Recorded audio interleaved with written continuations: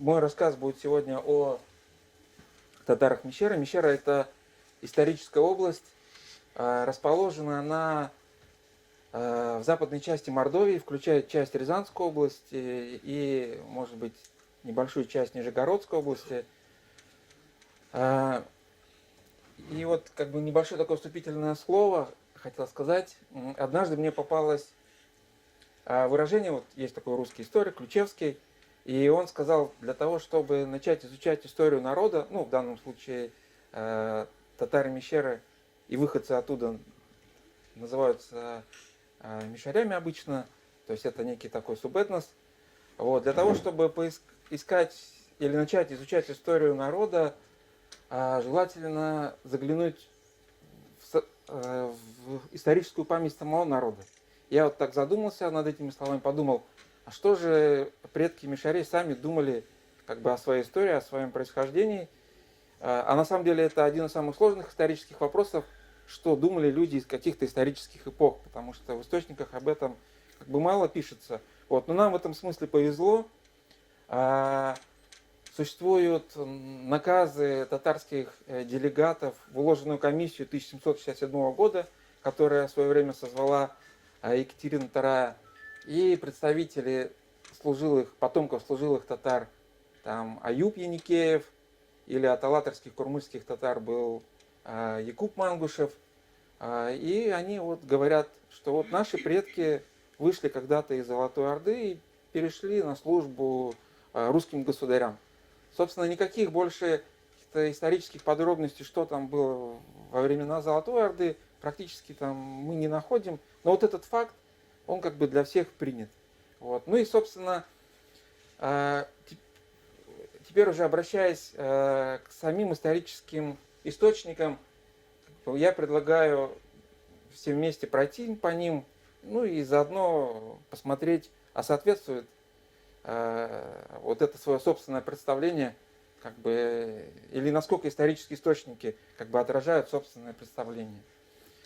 Вот. И хотелось бы тогда начать с самых первых именно письменных свидетельств. Самое первое свидетельство, которое относится именно к татарам, которых, да, как я уже сказал, называют мещерями, это духовная грамота 1504 года, духовная грамота Ивана III, где он как бы передает наследство своим сыновьям, Мещеру с волостьми и князей мордовских всех и с их отчинами. Как бы больше никаких ранних документов в явном виде, рассказывающих о том, что вот это вот какие-то события или это люди, имеющие отношение к предкам мещерей, вроде как нет пока на сегодняшний момент.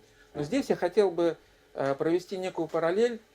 Существует между русскими князьями договорные грамоты, и в договорной грамоте 1401 года мы можем встретить практически идентичное высказывание, где Мещера с волосьми, и на том месте, где в духовном завещании у нас упоминаются некие князья мордовские с их отчинами, просто говорится места татарские и мордовские. То есть мы можем предполагать, что в данном случае вот князья мордовские как раз еще там получается 100 лет назад их предки проживали в тех же местах, которые называются татарские и мордовские. И следующее, как бы одно из ранних таких письменных сообщений из разрядной книги, где мы уже видим присутствие татар в войсках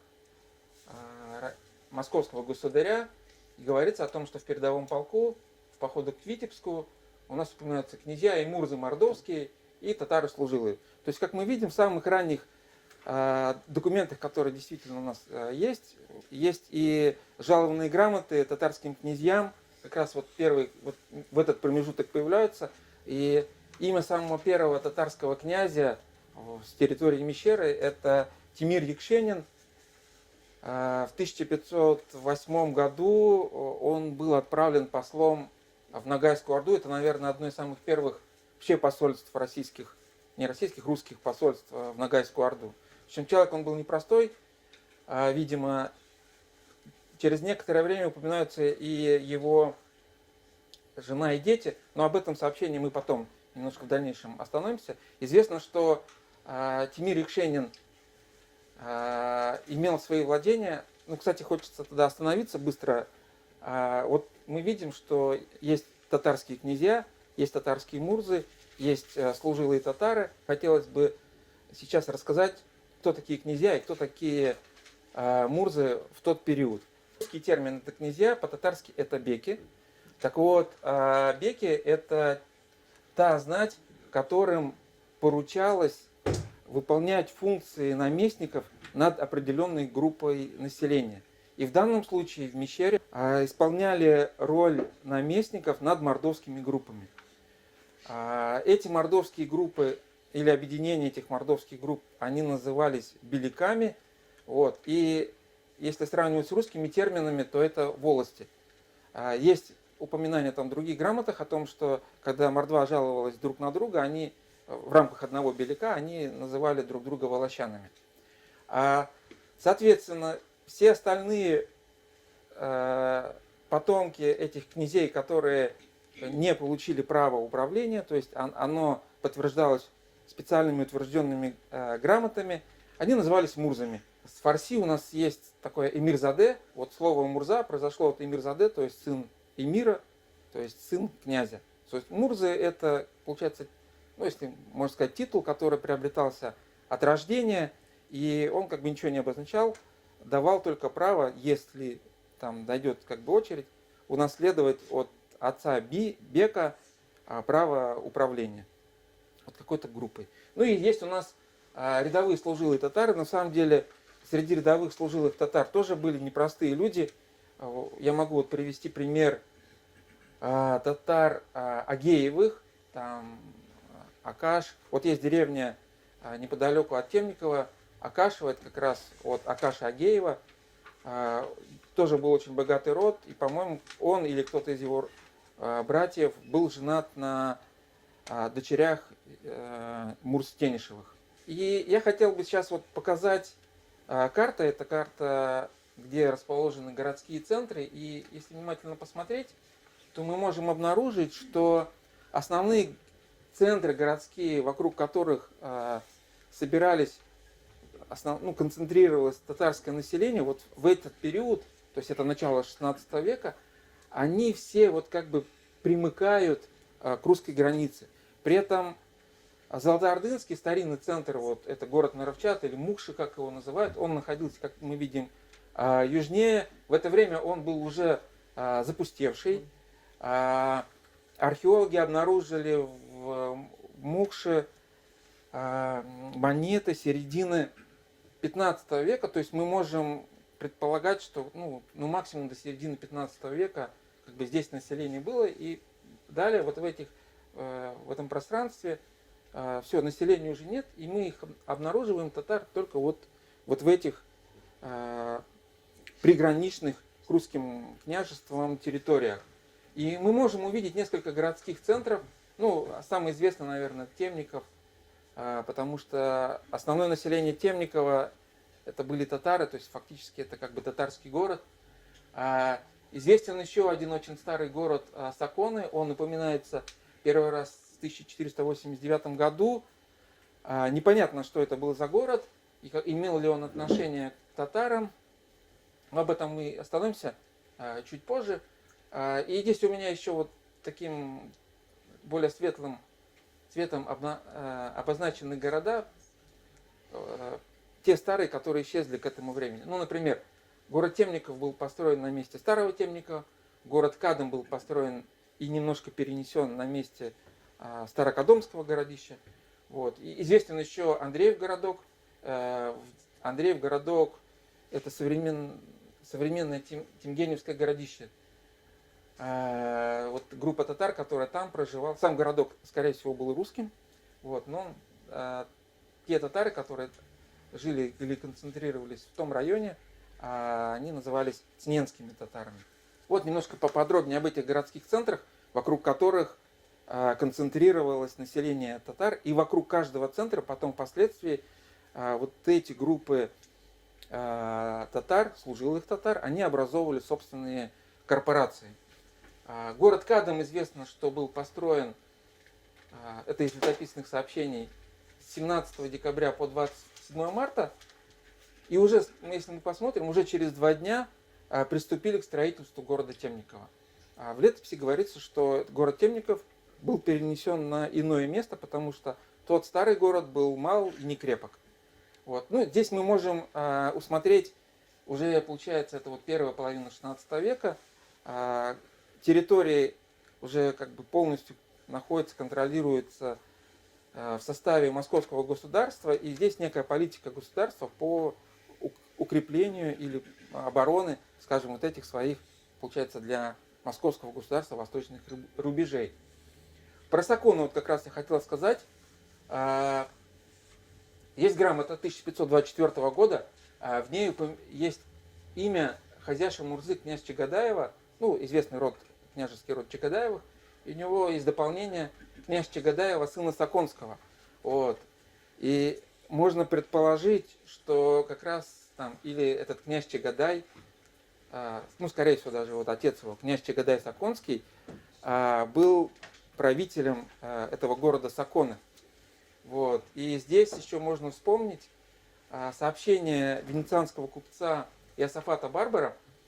Он как раз рассказывает, что вот в этих областях были 2 области. Одна называется Сагатай и Моксия. Но если Моксия можно как-то соотнести с Мокшей, река Мокша или там бывший улус Мокши, то вот область Сагатай, я читал там других исследователей, они каким-то образом с Чагатаем среднеазиатским пытались как-то это связать, но зато очень хорошо оно сочетается с именем князя Чагадая Саконского. То есть, вероятно, вот здесь и отражено вот имя князя Чагадая.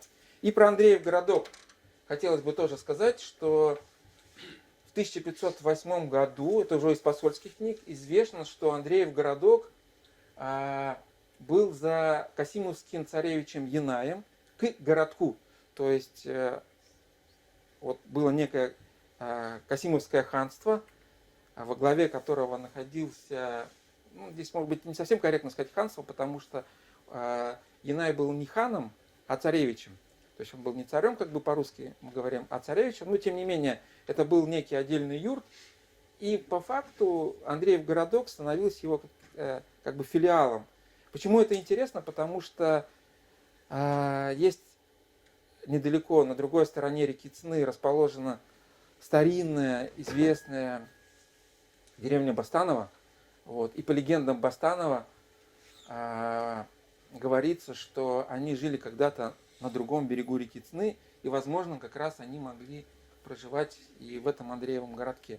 Ну, потому что в то время как бы было нормально то, что если есть какие-то татарские корпорации, они проживали в отдельной своей татарской слободе. То есть, возможно, как бы сам Андреев городок признается, что был изначально русским, и он признается археологами. Вот, но можно предположить, что и там тоже жили татары. Тем более, он, видите, как он был связан с Касимовым. Да и вообще, вот эта бастановская группа татар, есть упоминание, там есть пленный Качаулай, ой, забыл, как его отчество там было, он был бастановец, и он бежал из Крыма, он назван городецким татарином, то есть, возможно, он как раз был среди касимовских татар. Причем, здесь хочется сказать, что вот исторические источники как бы говорят о том, что Касимовское ханство, оно было отдельным и не включало вот эти территории, про которые вот мы сейчас говорим. Кадым, Темников, получается, Саконный город потом исчез, и там образовалась у нас Арзамасская корпорация. Вот. И то есть они не подчинялись, не входили в состав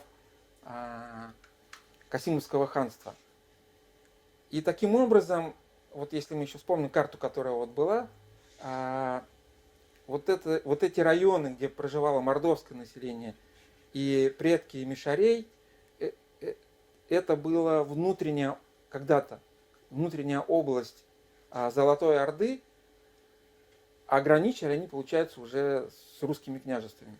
То есть в чем разница принципиальная между татарами касимовскими или жителями Касимовского ханства, татар имеется в виду, то, что они прибыли, их разместили на изначально русской территории, а татары Мишари и вместе с их мордовским населением, это коренное население, получается, Золотой Орды. У нас князья беки, точнее, татарские беки управляли беляками, то есть это вот волости, в которых проживало мордовское население. Вопрос, а кто управлял служилыми татарами? И здесь получается так, что каждая служилая корпорация вокруг вот этих вот городов, она не входила в эти беляки, но старшие из этих татарских князей назначались наместниками над татарами. Вот. И в этом смысле интересный пример – это сам город Темников. Известна грамота 1539 года, где русский государь жалует князя Еникея Тенишева властными полномочиями над служилыми татарами. Они здесь, кстати, интересно там названы. Вот. И я прошу обратить внимание, которые живут в Темникове. То есть получается, что вот наше самое раннее сообщение о темниковских татарах фиксирует их всех как городских жителей. То есть и здесь перед нами встает вопрос, а где они жили ранее, там, где они жили в 15 веке, во время Золотой Орды. Да? Но мы к этому вопросу еще вернемся. Здесь важно заметить, что все татарское население, которое являлось служилым, в этот момент проживало в городе. Они были городскими жителями. Потом мы посмотрим дальше, что в городе Темникове внутри города было две татарские слободы, Шерлейская слобода и Ахмыловская слобода. Ну, кстати, я остановлюсь, раз мы на этой грамоте. Он перечисляет, в грамоте, вернее, перечисляются такие категории, как тарханы, башкирцы, мыжиряне. Вот. По всем другим источникам, которые мы посмотрим, эти категории населения мы нигде не увидим. То есть везде будут служилые татары, там мурзы. Грамота, скорее всего, составляла где-то там в московском приказе, Мещерском, скорее всего. Вот. И, может быть, и ошиблись, как бы, дьяки, которые составляли эту грамоту. Но вот что интересно, если мы посмотрим на название деревень, которые вокруг Темникова, то мы можем обнаружить деревню старые названия называю, деревня Буртасская, деревня Мажарская, деревня Тарханская, вот, даже башкирцы есть. То есть, может быть, действительно в этом что-то отражается. Сам город Темников, его особенность была обнаружена не так давно грамота 1601 года Булая Кудашева, из рода князей Кудашевых оказалось. Вот. И он рассказывает, что новый город Темников и старый город Темников были расположены в его вотчинах. Вот такой вот интересный факт. Собственно, получается, у нас мы знаем, что новый Темников был построен в 1536 году, и он был перенесен на месте старого города Темникова. Это сейчас есть населенный пункт, старый город, по-моему, называется. Были произведены его археологические исследования. Экспедиция Мартьянова 1972 года. Она обнаружила в самом нижнем слое еще там городецкую культуру, то есть она нас не интересует первые тысячи лет до нашей эры. Вот. А вот в верхнем слое есть как раз 15-17 век керамика. Причем он сделал вывод, что керамика русская, и этот слой не богатый. Вот. А если мы там вспомним исследования других ученых, они предполагают, что Темников связан с должностью темника, это руководитель 10 тысяч, вот если вот вспомнить ордынские времена, в ордынских понятиях, и предполагалось, что Темников это был второй улусный центр после Мохши или Наровчата. Вот. А здесь, получается, он как бы совсем выпадает. Вот. И на самом деле есть еще одно городище, которое рядышком находится, оно называется Итяковское городище. Его исследовали в советское время дважды археологи, вышло 4 работы. Вот Итяковское городище по археологическому материалу очень интересное. В нем есть 3 слоя. Первый опять городецкий, мы его как бы убираем. Второй слой золотоордынский, он прерывается. Причем с того городецкого периода был вокруг города вал. Вот. Этот вал сравняли, ну понятно, в золотоордынской традиции, как мы помним, в городах там не было укреплений. Зачем Золотой Орде укрепления? Вот. А вот в третьем слое он относится уже к 15 веку и, возможно, 16 веку. Уже крепкое фортификационное сооружение. Ну, я здесь хотел сказать, что само название Тяковского городища не имеет никакого отношения к тому старому городу. Вот. В дозорной книге 1614 года говорится, что это была поместная земля, поместная деревня Ишея-Барашева. Называлась она Итяково. Вот. А в родословных Царовского монастыря там показано, что у Ишея-Барашева был брат Итяк. То есть, соответственно, он просто унаследовал владение своего брата. Вот. А если мы опять вернемся к Итяковскому городищу, вот есть ракурс интересный, то есть это вот такой вот холм ровный, и вот там, где лес, там вал. Он был специально сооружен заново, и вал, видите, под ним был ров. То есть со стороны леса, то есть, получается, город тоже был укреплен. То есть это прям такая, ну, небольшая цитадель, можно сказать. То есть считается, что это возможно, это археологи еще в советское время, Степанов в частности, вот он предположил, возможно, это какой-то замок или резиденция какого-то местного татарского мурзы. Вот. Были еще две интересные работы по этим раскопкам. А вторую раскопки проводила экспедиция под руководством известного Федора Давыдова. Так вот, изучали и кости, которые там обнаружились. Среди костей свиные кости отсутствовали. Свиные кости были обнаружены только в самом низшем слое городецкой культуры, ну это прамордовская считается. Вот. Из чего был сделан исследователями вывод, что население Итяковского городища было татарским. Вот. Причем интересно, что там среди костей преобладали лошадиные, причем были лошадиные кости именно такого степного типа. Вот. Ну, еще одно замечание. Получается, у нас между ордынским периодом и вот этим новым периодом город прерывался, то есть какое-то время он не существовал, и как раз вот на этот период попадают сообщения, которые мы находим в русских договорных грамотах, о том, что русские князья все время пытались, ну не все время, а уж какое-то время, где-то до 30-х годов 15 века, вот эти вот места мордовские, места татарские, места мордовские завоевать, у них это не получалось, и они между собой в договорных грамотах, ну это рязанские князья и московские князья, они между собой эти земли делили и говорили, а переменит Бог татар, тогда эти земли достанутся нам. То есть получается, что эти земли все равно остались как бы во власти татарской власти, вот, возможно, татарских ханов.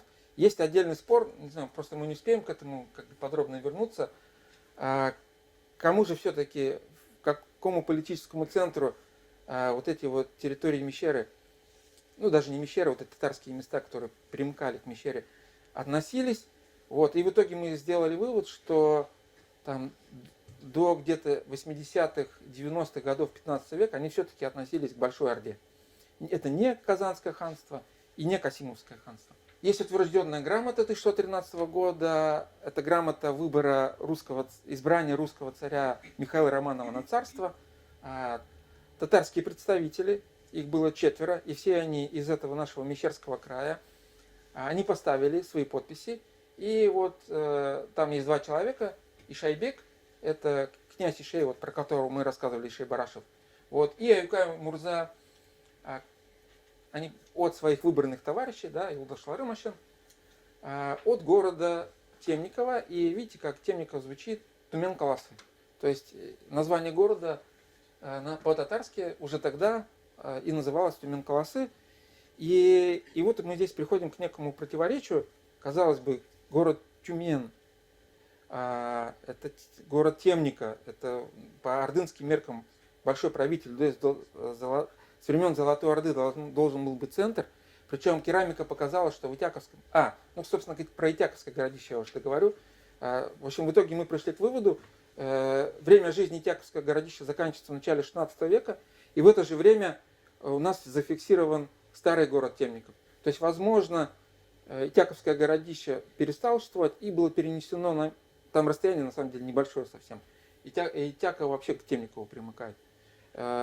перенесено в Старый Темников, а уже в 1536 году вырос большой острог с внутренней цитаделью. Это уже был вот современный город Темников. Он, кстати, тоже там немножко двигался в середине 17 века.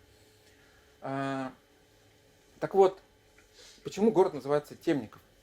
И мы пришли к такому выводу, что, как я ранее показывал, что город был резиденцией вот татарского наместника, вот уже в 16 веке, татарского наместника над служилой корпорацией татар, которые жили в Темникове, ну а потом еще и в окрестностях Темникова.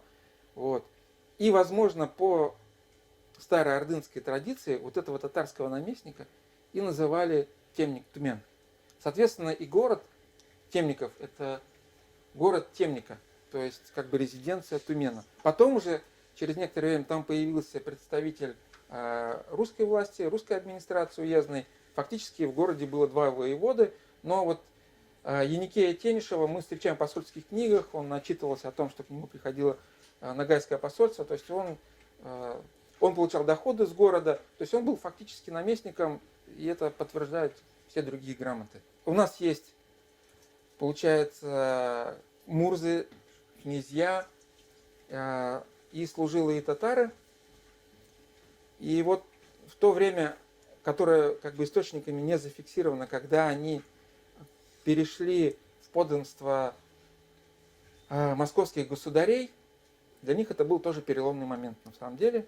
И как раз вот уже к середине 16 века для них опять начинается переломный момент. Они, как служилые люди, начинают получать за службу свои оклады в виде поместий. Поместья – это земельная пашня. Поместный оклад, он состоит на самом деле здесь из 3 частей. В первую очередь это пашня, это сенные покосы и это дворы помещичья. Есть еще и крестьянские, но обычно крестьянских дворов не так много. И для татар, то есть вот они становятся землевладельцами. Это такое новое для них явление. И получается, земельная пашня, она становится временной. И уже вот как только Темников у нас был перестроен, мы уже находим грамоты, когда они просят в своих вотчинах, у нас появляется второе понятие вотчины, это не пашня. Вотчины это как раз тоже владение, это вообще интересная тема, это владение лесными и лесостепными угодьями, но они не относятся к пашне. Это в первую очередь бортные ухожие, это промысел пчелиный, это места звериной охоты, места рыбной ловли, бобровые гоны. То есть это все относится к лесному промыслу. И вот в отличие от поместий, вотчины, их можно наследовать, их можно продавать, их можно делить. Вот.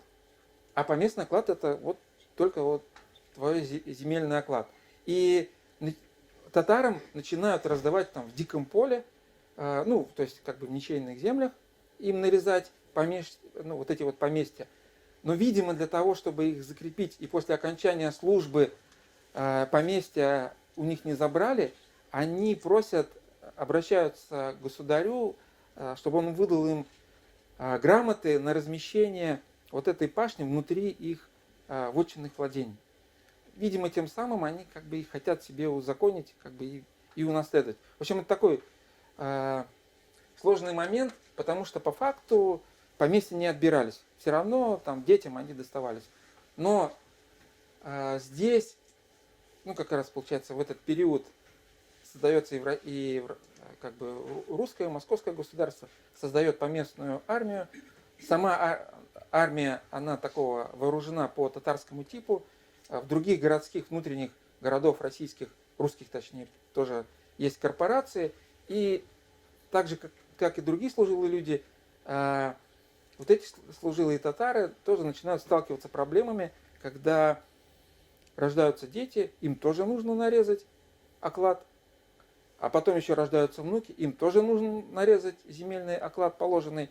И выясняется, что там вместо условного оклада там в 300 или в 400 четвертей, они в четвертях измерялись, фактически он владел землей там 4-5, то есть вот такие случаи бывают, 4-5 четверти. Остановлюсь вот на вотчинах.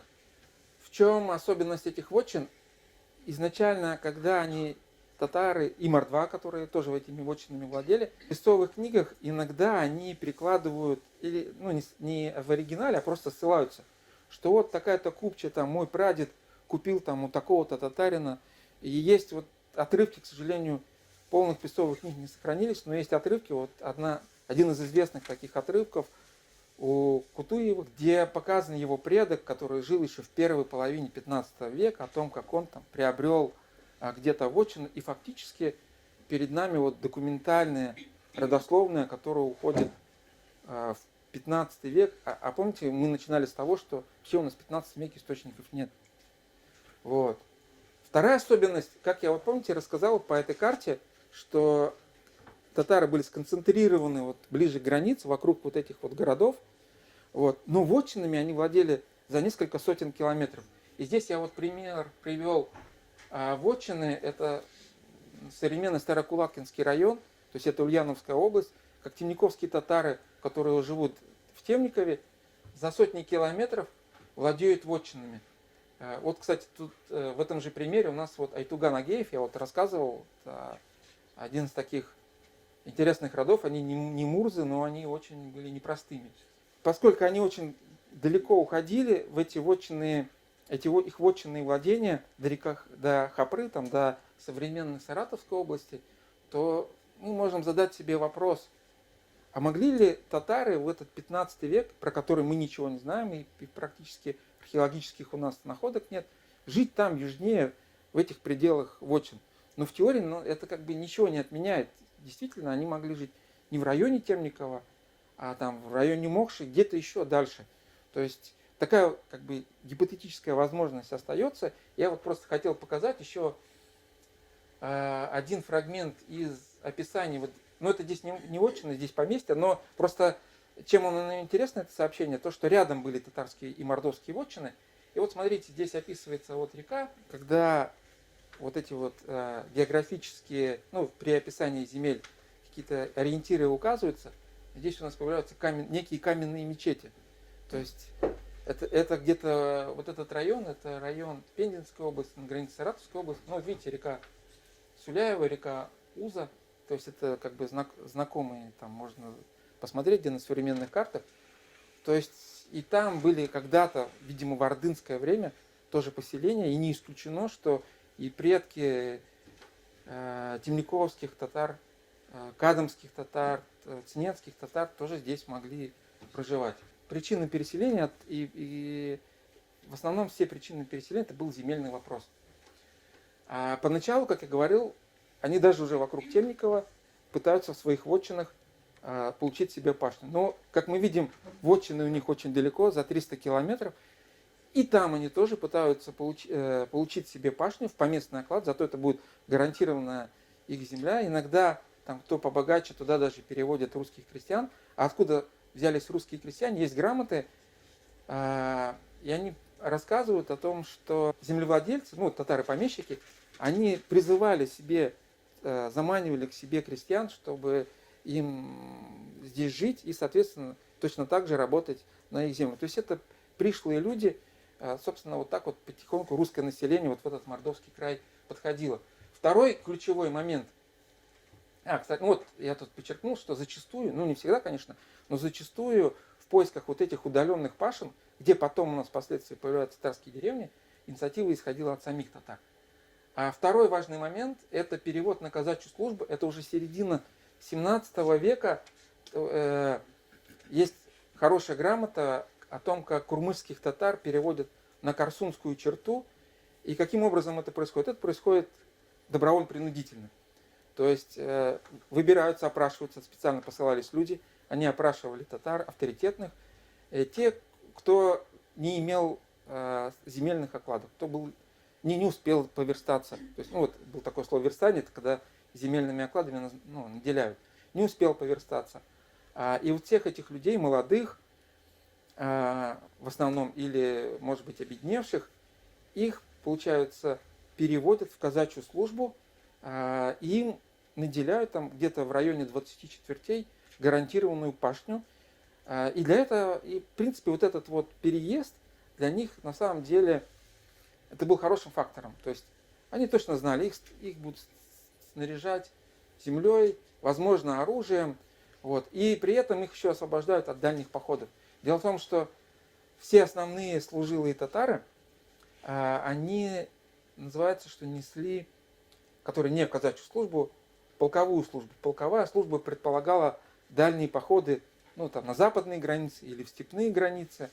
Полковая служба предполагала, соответственно, собственное полностью свое снаряжение. Это конь, это доспехи, если есть, это вооружение.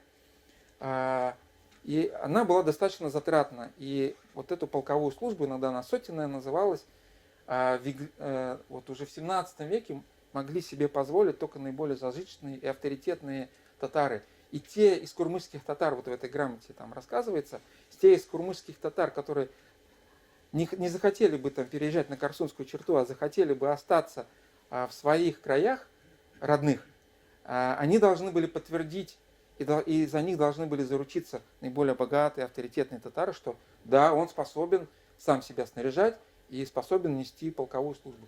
Здесь указан год 1646, это получается где-то на 2 года раньше, чем вот курмышских татар призывали, это в Керенске.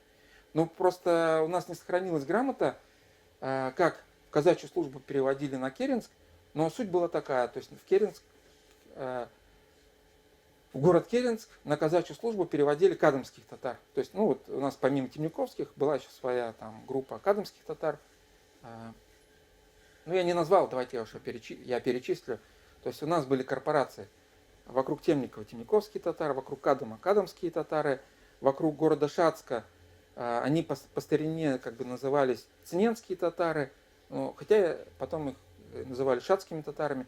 Кроме этого у нас были арзамасские татары, служилые корпорация, но просто сам Арзамас формально в Мещеру не входил, хотя их называли потом переселенцами Арзамаса мещеряками. И Алатырский. Население Алатырского уезда вот там уже вот как многочисленно фиксируется уже скорее в 17 веке, а здесь мы как бы до этого разговаривали о 16 веке. Следующая волна, это как раз когда опять у служилых людей наступал кризис, у них нету, то есть вот эти внуки и не могли получить свои реальные там оклады, они поступали так. Они находили, ну это выглядит вот со стороны так, они находили татарина, который был вотчинником, и говорили ему: давай-ка мы в твоей вотчине обратимся к царю, и он нам наделит всех пашней, ну, в твоей вотчине. Вот. Они собирались, это были такие большие группы, по 100 человек. И, вот выбирали этого вотчинника, и в этих вотчинных его владениях писали, вернее, челобитную царю, чтобы тот их наделил в этой вот вотчине, с согласия вот этого главного вотчинника, их пашней. Вот фактически здесь похожа такая ситуация, как была в Уфимском уезде, когда башкирцы в свои вотчины на оброк подселяли припущенников, ну, в том числе, кстати, и переселенцев из мещерских уездов. Вот. Но здесь они не выступали как припущенниками, не знаю, как они с ним договаривались, то есть грамоты про это ничего не говорят, но они получали там пашни. Вот. А уже затем, в 18 веке, уже при Петре Первом, когда служилых татар все лишили возможности получать оклады, и то есть вот уже рождались дети, и никакой другой возможности, кроме как унаследовать то, что имел отец, они не могли. Ну, кстати, зато у них появилась возможность покупать и продавать землю. Вот. И тогда они начинают вот в эти свои удаленные пашни переселяться. Таким образом, например, возникло вот крупное поселение Алты-Аул, где в качестве окладов этим татарам нарезали землю, а потом они уже там основали эти деревни. Точно так же заселялись, например, если брать Пензенскую область, Неверкинский район. Тоже есть грамота, что это были вотчины Шихмаметьевых, это тоже темниковский род, ну туда в основном темниковские попадали. А в Алты-Аул там были смешанные, там цненские, касимовские даже, и потом еще волна подошла от темниковских татар. Вот. Так когда они уже получили право продавать земли, многие продавали вот эти свои кусочки и отправлялись на восток, в Уфимский уезд.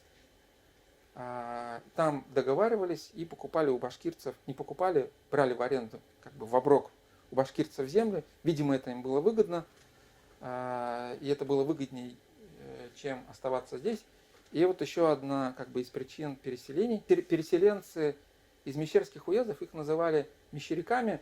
Не совсем справедливо их было бы называть мещерями, потому что мещерями называют субэтническую группу, а мещеряки это все-таки сословное обозначение служилых татар за пределами Мещеры, скажем так. То есть внутри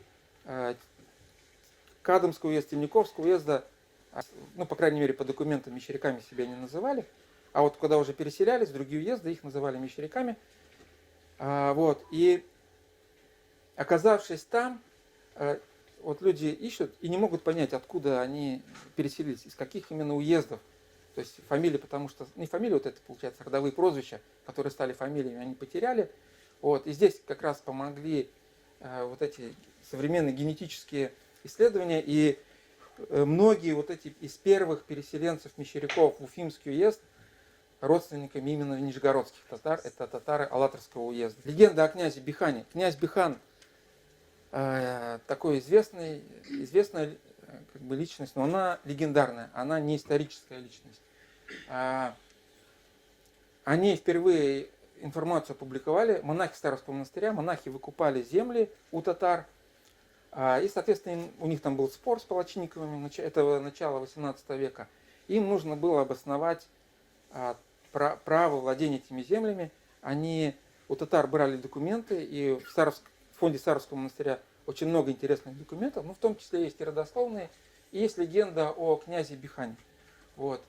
Вот так вот выглядит первая публикация 1804 года. Я коротко здесь просто скажу, что вот в 1388 году при великом князе Дмитрия Ивановича, это получается сын Дмитрия Донского, был из Золотой Орды князь Бихан, ну и в итоге он там покинул свой город и переехал здесь, говорится, где ныне село Кангуш. Собственно, вот эта известная легенда, там, если вы там в интернете сейчас наберете, вот вы попадете на эту историю. И вот вопрос.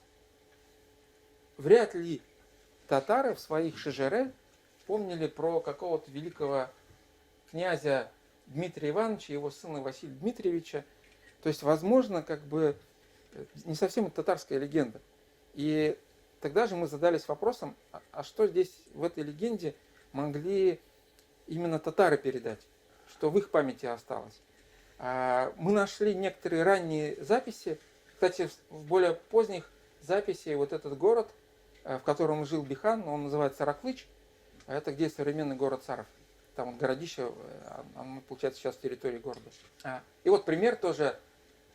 Магомед Сафаргалиев, еще вот в советское время, он тоже попытался посмотреть эти родословные. И вот видно пример, где вот он слово «рати воинской» прочитал как «рати рязанской». Ну, здесь действительно, там, если сходу посмотреть, наверное, здесь «рати рязанской». У него здесь целая теория возникла о том, что это Рязанский Олег, князь Олег. Вот, но по факту было в итоге написано «князе рати воинской». Вот еще варианты. И здесь уже мы видим, что здесь передается родословная. Вот. И вот как раз вот в этом варианте 2, мы 4 варианта или 5 таких изучили. Здесь вот передается, что жили в некой деревне Кавтачижан, сие 2000.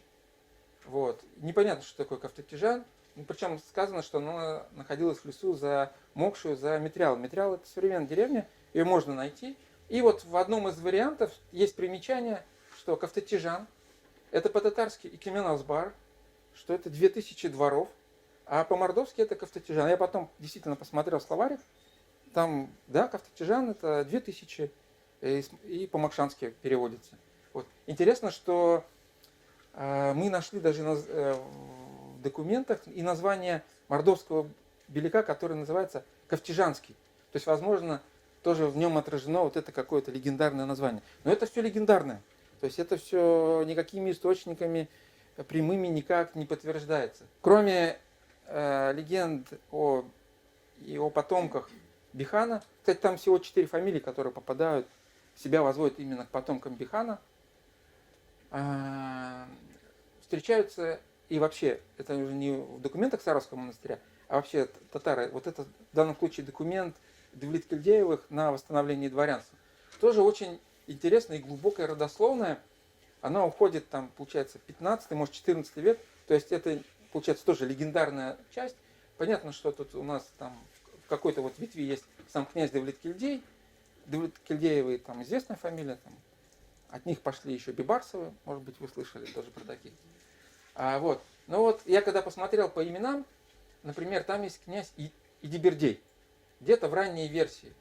Вот. А в документах встречаются князь Идибердеева. Они сначала называли себя Чекаевыми. Там интересно, татары где-то в середине 17 века вдруг внезапно вспоминают, что у них есть княжеские родовые прозвища, и теперь они вместо Чекаевых себя называют князь Идибердеева, берут какого-то дальнего предка, который жил неизвестно в какое время, и они про это помнили, и свою как бы фамилию, до сих пор есть Дибердеевы, татары, попадаются такие.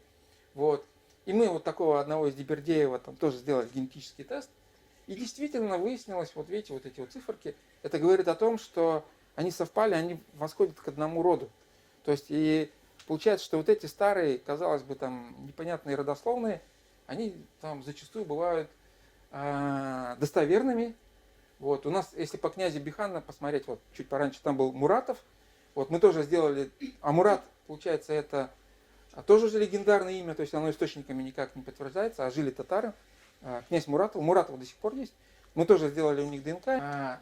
Ну, вот одна из последних находок родословных, это Мангушевы, жили в Камкино Арзамасского уезда, ну, много где Мангушевы еще живут, в других деревнях они переселяются, в том числе в Старое Тимошкино Симбирского уезда. Вот этот Мангушев, тоже в документах по дворянству, они своего предка назвали Кадырмет Мурза Курмалеев, но не Мангушев, как обычно князь Мангушев, а князь Камаев. И вот тоже такая же история. Они вспомнили ли вот этот Мангушев, что у них был предок где-то далекий, князь Камай.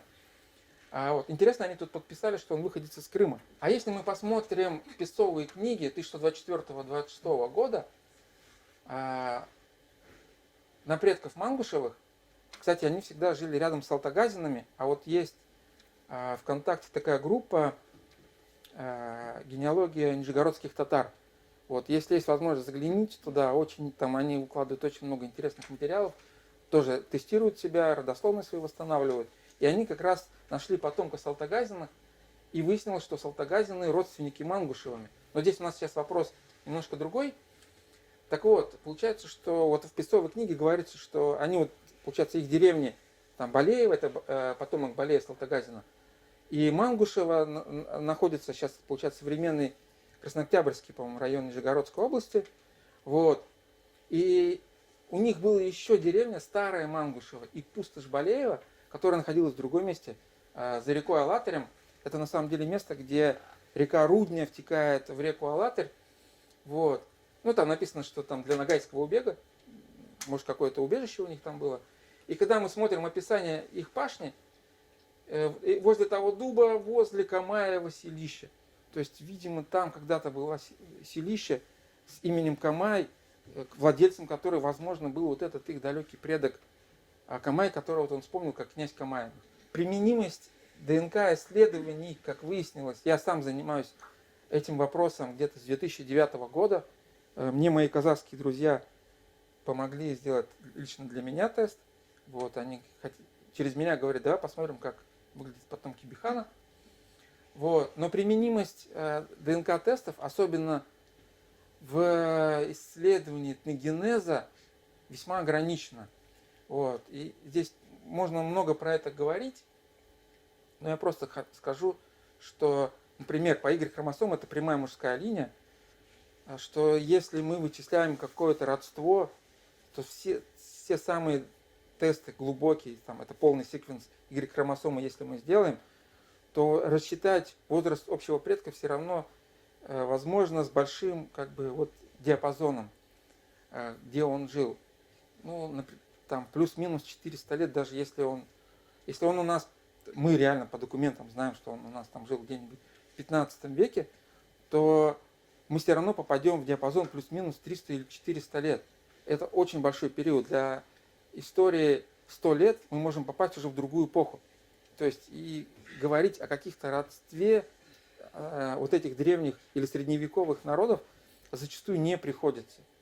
Вот. Есть еще тесты митохондриальной ДНК, проверяют родство по прямой женской линии. И есть интересные тесты аутосомные. Их используют вот в всяких этнических калькуляторах, очень популярных. Но я бы к ним тоже попросил относиться, если кто себе делает их, очень аккуратно, потому что когда вам говорят, что вот у вас там 5% еврейской крови, там 10% татарской крови, это все чистый маркетинг. Вычисление вот этих предковых компонентов в этих тестах используют компоненты там зачастую периода палеолита. То есть понятно, ни о каких там современных этносах мы вообще не можем говорить и не можем судить. Вот есть два метода вычисления родства по аутосомам. Чем интересны аутосомы, в отличие от Y-хромосомы? В мире на самом деле все интересно. Мы жили еще 100 лет назад в том обществе, где важно было твое происхождение по отцовской линии. Твое наследование от отца получало, скажем так, твои права, твое наследование. Может быть, в наше время как бы это мало что значит, но еще там в дореволюционное время это был большой фактор. Поэтому с точки зрения исторических реконструкций, родство по прямой мужской линии, тем более, когда мы там занимаемся родословными, оно прямо очень полезно. И это, наверное, тот самый вид исследований, который прямо хорошо бывает в реконструкции ложится. А аутосомы чем хороши? Они показывают родство всех ваших родственников. Вот. Но при этом они не говорят, это мужская или женская линия. Зато аутосомы можно изучать для именно как бы происхождения народа. По Y-хромосомы это набор для вообще всех татар. То есть у нас был проект недавно. Как мы видим, здесь доминирование, чтобы сказать какие-то... А мы здесь выделили там наиболее важные субклады. Доминирования, как мы видим, нету у татар. То есть сказать, что вот это прямо какие-то субклады доминируют, здесь мы не можем сказать. Тот же самый рисунок, но вот здесь вот оранжевым цветом у нас это татары горной стороны, это получается горная сторона, это историческая тоже область, запад Татарстана, без мишарей, скажем так, да, и заказания. А синим цветом это как раз Мещера. Сюда же мы внесли и там Дрожжановский район, Чистопольский район, тех татар, которые себя считают потомками мишарей. И как мы видим, структура у них одинаковая, то есть по субкладам там за небольшим как бы исключением она совпадает. Исключение составляет, вот видите, синенький такой всплеск. Это, наверное, единственный там, так называемый эффект основателя по гаплогруппе J2B, который встречается практически во всех группах, татарских группах, мишарских группах, скажем так. У нижегородских, у рязанских, Мордовии, J2B вот это встретим. Ну вот мы сделали по Y-хромосоме, то есть мы вот эти субклады определили, какие характерны там для восточноазиатских народов, какие характерны для восточноевропейских. Вот такой у нас получился расклад, что где-то на равной доле есть и восточноевропейские гаплогруппы, есть азиатские гаплогруппы, и есть вот эти, мы назвали их южными, сюда попали и кавказские, и южноевропейские. Дело в том, что эти гаплогруппы, они имеют очень дальнего возраст предка, очень дальний, и поэтому невозможно зачастую сказать, европейцы это кавказцы или это Ближний Восток. Вот. Ну вот такой вот приблизительный набор. Вот есть карта генетических расстояний по аутосомам, это как раз вот показатель по предковым компонентам. И мы здесь можем посмотреть, вот, наверное, давайте следующий слайд. Все этносы здесь вот, этнические группы были разнесены. И вот у нас получается, это карта Сергея Козлова, она тоже в интернете есть. И вот получается у нас мишарская группа и группа так называемые казанские татары, они рядом.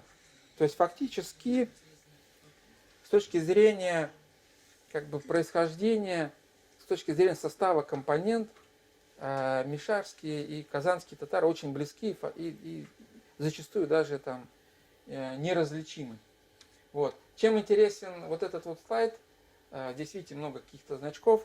Дело в том, что Сергей тогда достал вот эти научные выборки, вот, разместил вот на эту карту, и здесь произошли интересные сдвиги. Так, например, Вот здесь вот голубенькие квадратики, это Ногая, получается Ставрополь, да, они сместились ближе к каракалпакам. А вот если мы посмотрим на эти, здесь научная выборка, вот эти красненькие, это башкиры. Ну, как они их там брали, как бы непонятно. Действительно, вот особенно там в северо-западных районах, да, большой вопрос, кого они называли там башкирами. Но даже здесь мы посмотрим, что очень многие вот эти вот якобы башкирские группы, видите, наложились на татарские группы. И еще интересный момент. Группы сибирских татар, они наложились на башкирских татар. Есть хорошие лекции, это может быть в интернете, там попробуйте найти, Гаяза Самигулова, и он рассказывает тоже по документам о том, что рода сибирских татар и отчасти, получается, зауральских башкир когда-то являлись одним этнокультурным таким кругом. Вот. Ну а когда уже образовался Уфимский уезд, получается, всех, кто попал в Уфимский уезд, из этих жителей, они стали называться башкирцами, а те остались татарами. Так, ну, наверное, по окончании времени. Все. Спасибо большое, что дослушали, дотерпели.